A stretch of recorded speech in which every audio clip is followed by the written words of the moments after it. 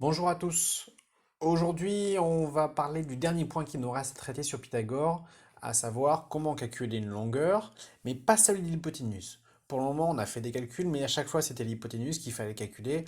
Là, on va aller un tout petit peu plus loin, on va aller essayer de calculer les côtés qu'il y a au niveau de l'angle droit. Alors, pour le moment, on va déjà revoir un petit peu les bases, comment réécrire l'égalité de Pythagore. Déjà, première chose, pour la suite, je vais vous demander de vous munir d'une feuille, d'un crayon et de faire les choses au fur et à mesure que je les fais, voire même en avance. Chaque fois que je pose une question, vous appuyez sur pause, vous essayez de le faire vous sur papier crayon, et puis après vous reprenez et ainsi de suite. Ça marche. Essayez de le faire par vous-même, vous allez vous planter, c'est pas grave, mais au moins vous comprendrez mieux les choses. Première question, écrivez l'égalité de Pythagore dans ce triangle-là. Vous vous rappelez, l'égalité avec les lettres, les carrés, tout ça. Je vous laisse chercher. Ok, normalement, à ce niveau-là, ça ne devrait pas vous poser trop de problèmes. On repère d'abord l'hypoténuse, c'est AC, celle qui est en face l'angle droit. Ok, celle qui est toute seule, donc on va se retrouver avec, on additionne les deux petits côtés au carré, AB plus BC, ok, le tout au carré, et c'est égal à AC au carré. Jusque là, normalement, pas de problème. On va un tout petit peu plus loin. Maintenant, on a des valeurs sur ce triangle-là. On a deux valeurs, AC, AB, et on cherche la troisième. Maintenant, on va chercher à calculer cette valeur. Rappelez-vous déjà, quelle est la phrase d'introduction qu'il faut mettre? Je vous laisse chercher. Ok, ça doit ressembler à ça. Le triangle ABC, rectangle en B, d'après le théorème de Pythagore, ok. Et vous mettez l'égalité. Normalement, ça doit ressembler à ça. Est-ce que vous êtes d'accord que le triangle n'a pas bougé par rapport à celui qu'il y avait il y a 2 minutes? C'est le même, simplement on a rajouté les valeurs. Donc l'égalité n'a pas bougé. Et pourtant, je suis persuadé que certains d'entre vous m'ont écrit ce genre de choses. C'est assez naturel et pourtant il faut faire gaffe. Ce que vous avez fait, si vous avez fait cette erreur-là, c'est que vous m'avez additionné les deux valeurs que vous connaissez. Je connais AB, je connais AC. C'est ce que j'additionne. Et celui que je cherche, c'est celui que je mets tout seul. Non, ce n'est pas comme ça que ça fonctionne. Celui qui est tout seul, c'est obligatoirement l'hypoténuse. En l'occurrence, celle qui est en face l'angle droit. C'est AC dans l'histoire.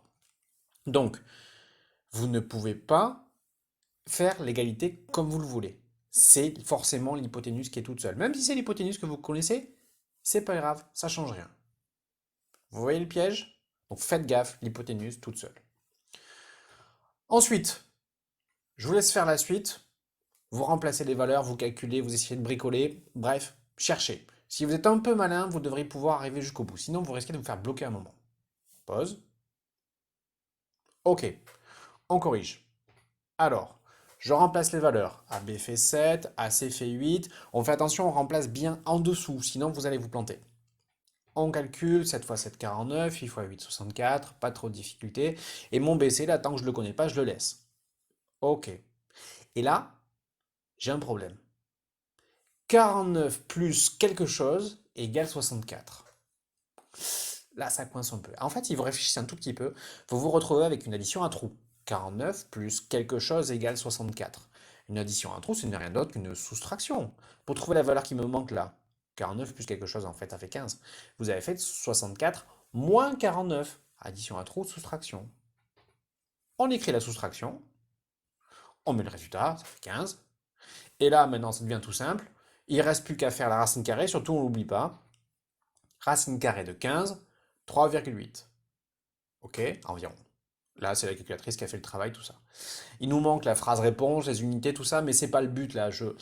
On le verra vraiment comme il faut par la suite. Hop, juste pour vérifier. J'ai 3,8 ici. Est-ce que c'est cohérent d'avoir 3,8, 3,8, 7, 8? C'est bien 8 qui reste le plus grand. Ça tient la route, il n'y a pas de souci. Ok? Bilan. Il y a deux choses auxquelles il faut faire gaffe dans cette étape-là. On l'a vu. La première, c'est l'égalité de Pythagore à écrire correctement. L'hypoténuse est toujours toute seule. On additionne les deux petits, ça donne l'hypoténuse. Ok. Et deuxième point, il y a un moment, on se retrouve avec une addition à trous, et cette addition à trous entraîne obligatoirement une soustraction. Ok. Certains d'entre vous ont peut-être écrit la soustraction depuis le début. Moi, ça me plaît pas trop. Je préfère écrire l'égalité avec l'addition simple, tel qu'on l'a vu dans le théorème de Pythagore, et après, seulement après, la soustraction apparaît en route. Ça roule?